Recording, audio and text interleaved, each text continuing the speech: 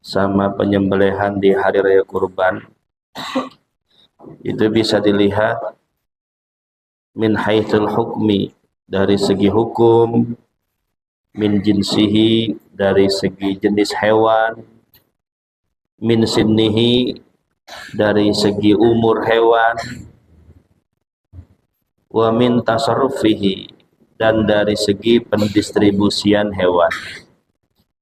Kalau di luar hari raya kurban, kamu di luar hari raya kurban ingin menyembelih kambing sebagai tasakur atas kenaikan kelas, atas kelulusan, nah, itu tidak terikat hukum, tidak terikat jenis binatang, boleh ayam, boleh bebek, yang penting makulul lahmi, yang halal dimakan. Dan tidak terikat dengan umur, mau umur kambing misalkan 2 bulan dan lain sebagainya. Wa min tasarrufihi, dan tidak terikat dalam pendistribusian. Bebas kalau di luar hari raya kurban.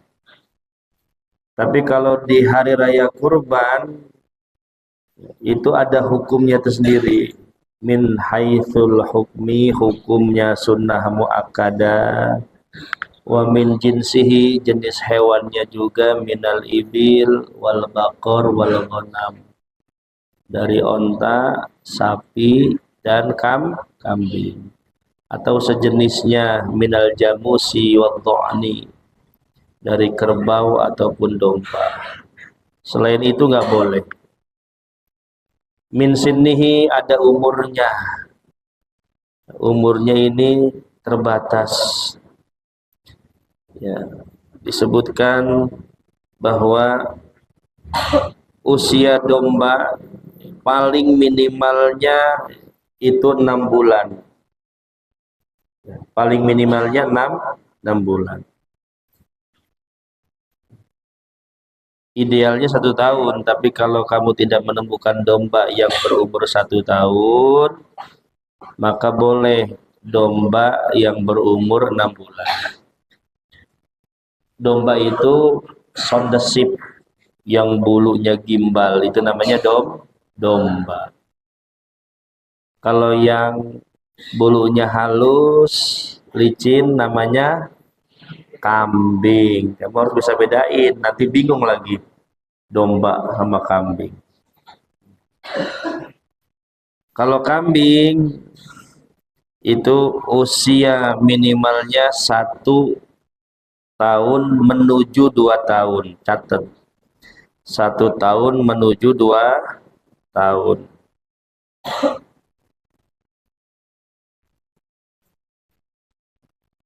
Kalau bakor, apa bakor? Sapi, minimalnya 2 tahun masuk tahun ketiga.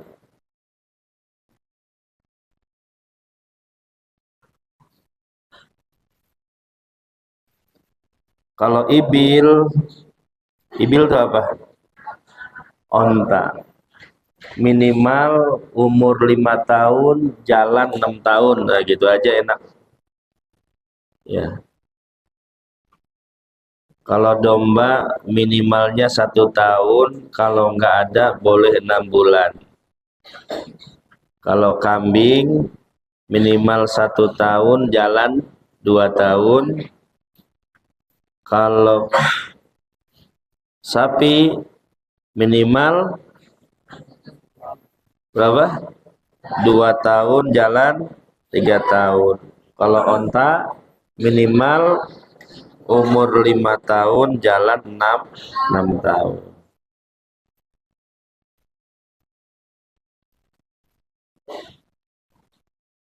Batas usia hewan ini sama dengan batas usia hewan akikah. Ma yustarotu fil udhiyah yustarotu fil aqiqah. Tulis Arabnya, masa nggak bisa? Ma yustarotu fil udhiyah yustarotu fil akikah. Apa-apa yang disyaratkan di dalam hewan kurban disyaratkan juga di dalam hewan akikah, min haitsul hukmi wa jinsihi wa sinnihi wa tasarrufihi. Hukumnya sama, jenis hewannya sama, umur hewannya juga sama, dan sebagian pentasarufannya juga sama. Itu persamaannya, catat. Kalau ditanya apa persamaan kurban dan akikah, kamu jawab ma yustaratu fil udhiyah yustaratu fil akikah. Dari segi apa? Min haitsul hukmi, dari segi hukum, wa min jinsihi, dari segi jenis hewan, wa min sinnihi, dari segi umur hewan, wa min ba'di tasarrufihi, dan dari sebagian pendistribusian hewan. Sama-sama hukumnya sunnah muakkadah, jenis hewannya sama, ibil bakor konam, umurnya sama, kemudian sebagian pentasarufannya juga sama. Lalu apa bedanya antara kurban dan akikah? Yang tadi persamaan, yang ini perbedaan. Bedanya adalah tujuan dari masing-masing penyembelihan. Kalau udhiyah, apa tujuannya kemarin? Taqarruban ilallah, mendekatkan diri kepada Allah. Kalau akikah, tasyakur, sebagai wujud syukur atas kelahiran anak. Itu beda. Kemudian dari segi perbedaan yang lainnya, kalau kurban itu tulangnya disunahkan dipecah, tapi kalau akikah tidak dipecah tulang hewan ketika pengelolaan. Biasanya kan kamu kalau hari raya kurban tulangnya dihancur-hancurin, betul, dipotong potong. Kalau akikah disunahkan utuh. Kemudian perbedaan yang ketiga adalah waktu. Kalau akikah itu sekali seumur hidup, tapi kalau kurban kesunahan yang berulang setiap tahun. Kamu akikahnya ya sekali seumur hidup. Adik kamu pokoknya sesuai dengan jumlah anak kalau akikah. Kemudian perbedaan selanjutnya, kalau pendistribusian hewan kurban itu diwajibkan dalam keadaan mentah. Dalam keadaan mentah, nggak boleh dibagikan dalam keadaan matang, nggak boleh. Tapi kalau akikah matbukhon, disunahkan dalam keadaan matang, sudah jadi sate, sudah jadi sop kambing. Makanya kamu nggak pernah kan ngelihat pembagian akikah dalam keadaan mentah, karena memang disunahkan matang. Pernah lihat gak kamu daging kurban dibagikan matang? Enggak, karena memang wajib mentah. Kenapa wajib mentah? Karena orang fakir itu yang menerima bagian daripada hewan kurban bebas dalam pengelolaannya. Mau dia jual, mau dia makan, mau dia simpan, mau dia sedekahkan kembali, bebas. Tapi kalau kurban dibagikan matang, orang fakir gak bisa apa-apa. Mau disimpan takut basi, mau dijual matang siapa yang mau? Betul. Tidak mutlak tasarruf. Tapi kalau akikah, kenapa dia disunahkan matang? Ya, karena memang pendistribusian kepada fakir miskin itu bukan satu kewajiban, tapi satu kesunahan. nahan. Yang wajib diberikan kepada fakir miskin apa tadi? Kurban. Kalau akikah sunnah apa wajib? Sunnah diberikan kepada fakir miskin. Tapi kalau nggak ada fakir miskinnya, sah nggak akikahnya? Sah, tapi kurang afdol. Tapi kalau kurban tidak ada fakir miskinnya, yang menerima sah atau tidak? Tidak sah, harus ada bagian yang sampai kepada fakir miskin. Ini fikih ini main logika. Fikih main logika. Kamu harus paham. Kemudian bolehkah panitia memasak sebagian daging kurban untuk konsumsi?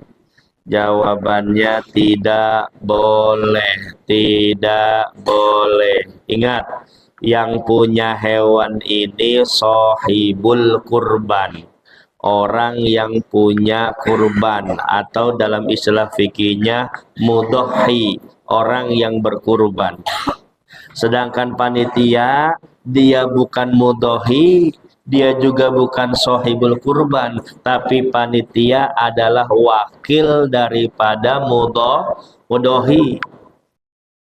Sedangkan tujuan mudhohi itu kurban didistribusikan kepada fakir miskin atau disedekahkan kepada kerabat. Ujuk-ujuk panitia ngambil daging buat dimasak bersama-sama. Ini nggak boleh. Terus supaya boleh bagaimana? Harus izin dulu kepada sohibul kurban, atau istilah fikihnya kepada mudhohi. Makanya dalam rapat biasanya kan sebelum eksekusi itu malamnya rapat dulu kepada panitia kurban dan sohibul kurban. Sampaikan, bagi para pemilik hewan kurban, barangkali nanti ada sedikit bagian daripada hewannya kita masak buat konsumsi bersama-sama. Diizinkan enggak? Diizinkan, boleh. Atau kalau misalkan ada yang keberatan daripada sohibul kurban untuk dimasak dagingnya buat panitia, maka solusinya apa? Masyarakat beli hewan patungan, mau bebek, mau ayam, mau kambing, tapi kambing yang 3 bulan misalkan, boleh nggak? Boleh dimasak buat konsumsi tanpa harus mengambil bagian daripada sohibul kurban. Itu solusinya. Paham? Bolehkah tukang jagal diberikan upah dari daging? Boleh nggak? Tidak boleh, haram. Tukang jagal itu profesional. Ya, misalkan satu sapi beserta dengan penyembelihan, penyayatan, kemudian pengolahan daging itu biasanya 1 juta. Satu sapi 1 juta. Dia bisa berlima, bisa berempat, yang penting borongan. Satu sapi 1 juta. 2 sapi berarti 2 juta. Ada panitia ngomong, Bapak nggak usah dibayar pakai upah ya, ini ada daging 10 kilo mau nggak? Halal apa haram? Haram. Tidak boleh tukang jagal diberikan daging sebagai ganti daripada upah. Kalau atas nama sedekah boleh nggak? Boleh. Upah mah dikasih, tetap profesionalisme. Adapun bagian daripada kambing dikasih atas nama sedekah, itu baru hebat.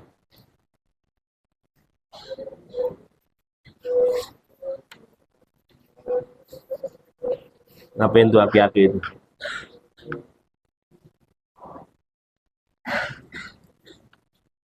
Bolehkah berkurban dengan hewan hamil? Siapa yang ngambilin nih? Ada dua pendapat, catat. Ada dua pendapat. Pendapat pertama dari Ibnu Rif'ah. Ini salah satu ulama Syafi'i. Wa qala Ibnu Rif'ah al-masyhur annaha tujzi'u li anna ma hasala biha min naqsil lahmi yanjabiru bil janin fa huwa kal khasiyyi. Pendapat ini memperbolehkan kurban dengan hewan hamil karena berkurangnya daging hewan bisa ditambal dengan janinnya. Maksud Ibnu Rif'ah tuh gini, ketika hewan hamil disembelih, kalau anaknya mati berarti zakatul janin bizakati umihi, berarti sembelihan ibunya ya sembelihan janinnya. Jadi ketika ibunya dikorbankan, maka sebagai pengganti daripada kurangnya daging bisa ditambal oleh janin. Paham? Tapi menurut siapa nih? Menurut pendapat sebagian ulama Asy-Syafi'i, dinukil oleh Imam An-Nawawi dalam kitab Al-Majmu', innama la tujzi'ul hamilu fil udhiyah li'anna al-maqsuda minal udhiyah al-lahmu. Hewan hamil tidak sah digunakan sebagai kurban karena tujuan kurban adalah distribusi daging. Sedangkan kehamilan membuat hewan menjadi kurus dan dagingnya menjadi sedikit. Maka menurut Imam An-Nawawi dalam kitab Al-Majmu', masih ulama Syafi'i juga, hukumnya tidak sah kurban dengan hewan hamil.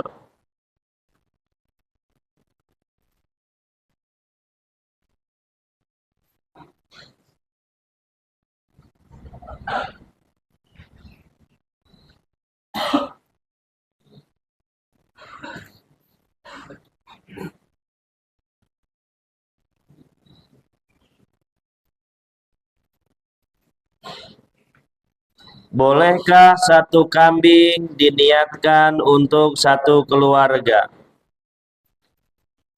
Pada dasarnya satu kambing hanya untuk satu orang.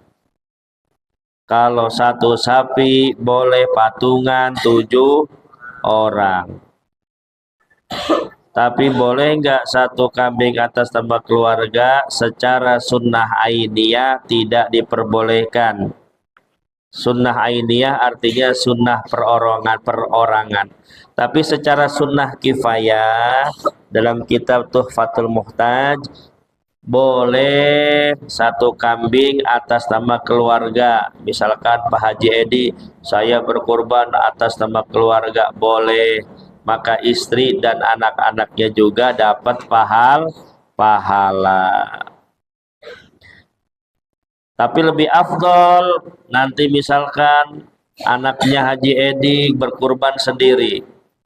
Ya, anak yang kedua berkurban sendiri, istrinya berkurban sendiri, itu lebih afdol. Karena ini pernah terjadi dalam prakteknya Rasulullah SAW ketika berkurban, Allahumma taqabbal min Muhammadin wa ali Muhammadin wa min ummati Muhammadin. Rasul berkorban atas nama dirinya, atas nama keluarganya, dan atas nama umatnya. Maksud daripada Rasul mengatasnamakan orang lain dalam kurbannya, mahmulun ala tasrik fit thawab, yaitu menyertakan dalam memperoleh pahala kurban. Tapi tetap kita sebagai umatnya disunahkan kurban perorangan, karena kurban satu kambing itu hanya untuk satu orang, tapi pahalanya bisa disertakan orang banyak.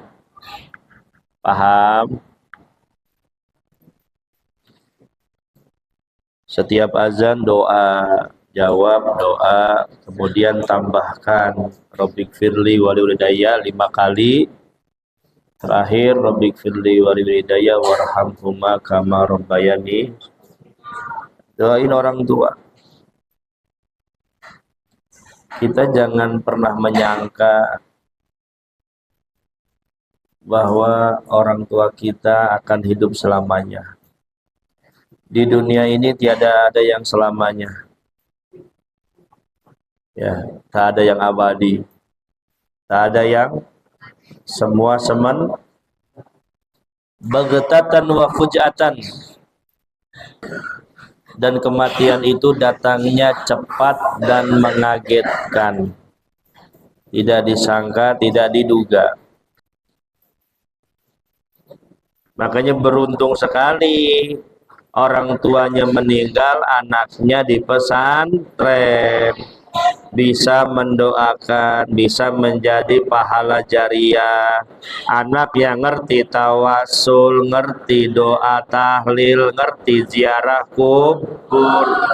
Coba bayangkan kamu punya anak, kamu nih punya anak, sekolahnya nggak di pesantren, di umum. Kira-kira anak kamu yang di sekolahan umum, kamu mati doain nggak? Enggak, dia nggak bisa doain.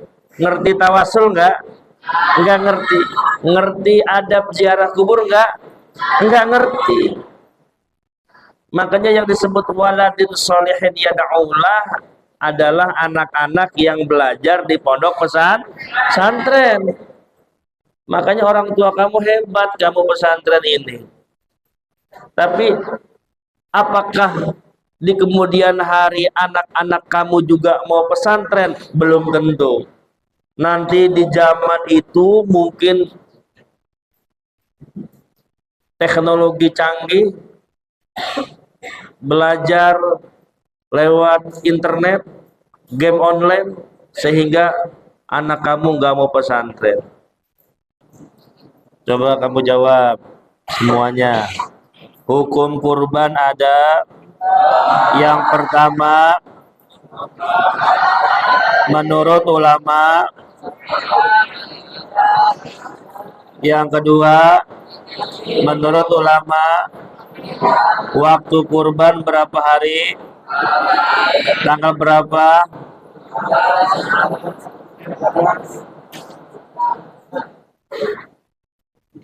Hewan kurban yang tidak boleh dijadikan kurban sama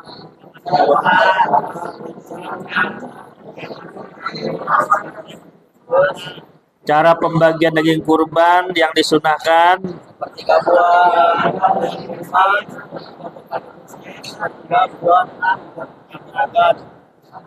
Kalau orang miskin dalam mengelolanya boleh. Istilahnya apa? Apa aja?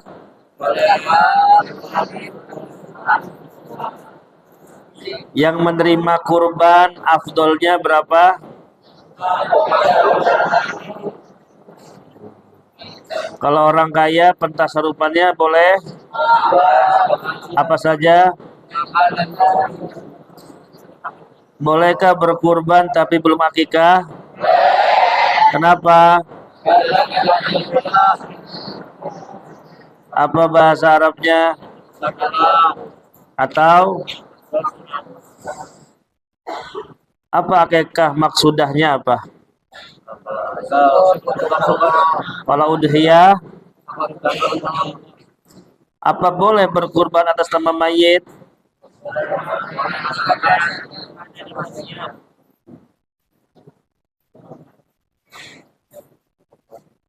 Berkurban boleh nggak dengan hewan yang kurus? Bolehnya hewan yang gemuk. Hukum bayar penjagal. Wah. Hukum bayar penjagal dengan daging kurban. Boleh nggak?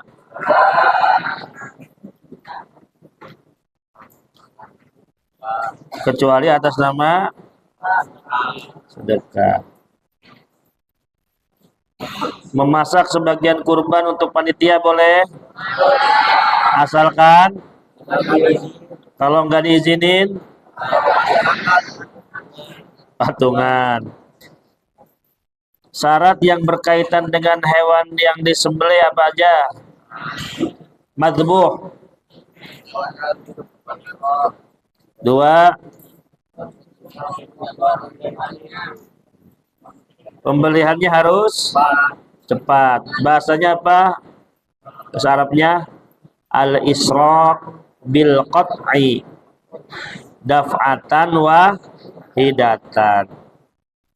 Jika ingin mengetahui penyembelihan sempurna atau tidak, dilihatnya dari mana? Kalau setelah disembelih kejang-kejang, sah apa tidak? Kalau setelah disembelih diem aja, sah apa tidak? Kenapa nggak sah? Karena boleh jadi dia mati sebelum mati. Atau nih perlu menjadi catatan penting, ya. Atau boleh jadi dia mati sebelum mati, maksudnya apa? Boleh jadi matinya itu dikhawatirkan bukan karena sembelihan. Bisa jadi karena kehabisan napas, karena kecekek, karena ketindihan si Adli. Ya, padahal penyembelihannya belum sempurna. Udah mati duluan.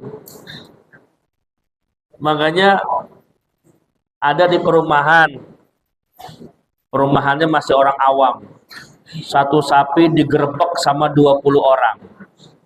Ya, yang satu narik pakai tambang, yang satu neken pakai balok, ditindihin lagi.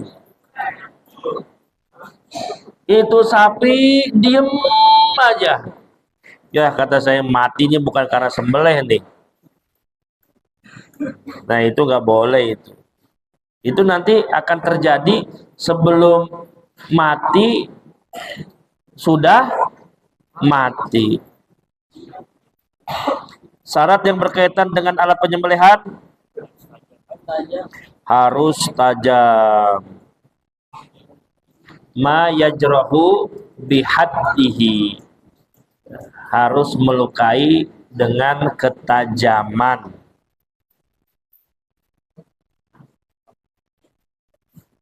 Kalau berburu hewan dengan batu, misalkan diselepet burung mati, halal apa haram?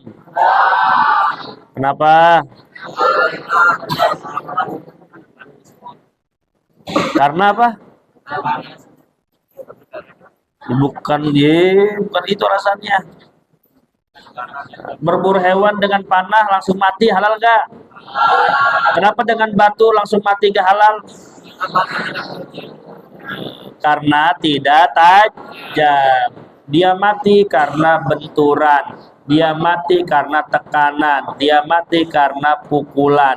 Bukan mayajrohu bihaddihi, bukan mati karena ketajaman alat. Paham? Tapi kalau diselepet pakai batu, dia hanya luka, masih gerak-gerak, boleh enggak? Asal disembelih. Ada kambing ketabrak odong-odong, sekarat, tidak ada pergerakan, tapi masih hidup, boleh nggak disembelih? Kenapa nggak boleh? Karena tidak ada hayatun mustaqirah. Kenapa? Kenapa kalau ketika disembelih tetap haram? Karena dikhawatirkan matinya bukan karena, tapi karena pinter.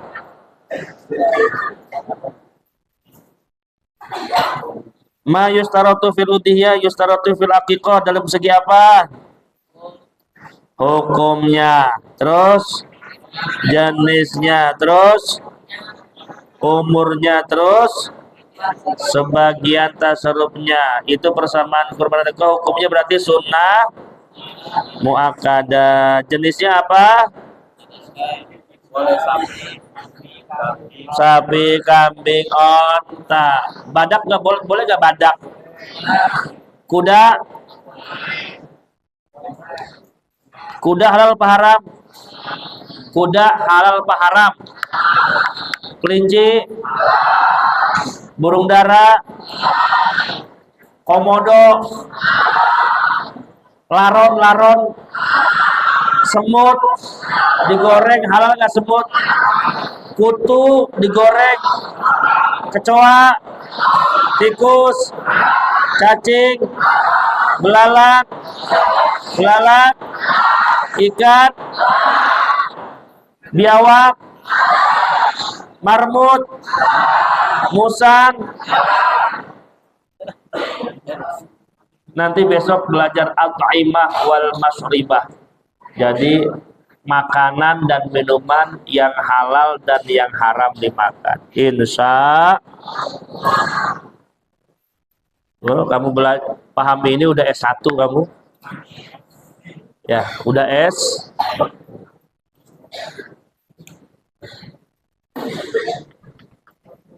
Mudah-mudahan bermanfaat.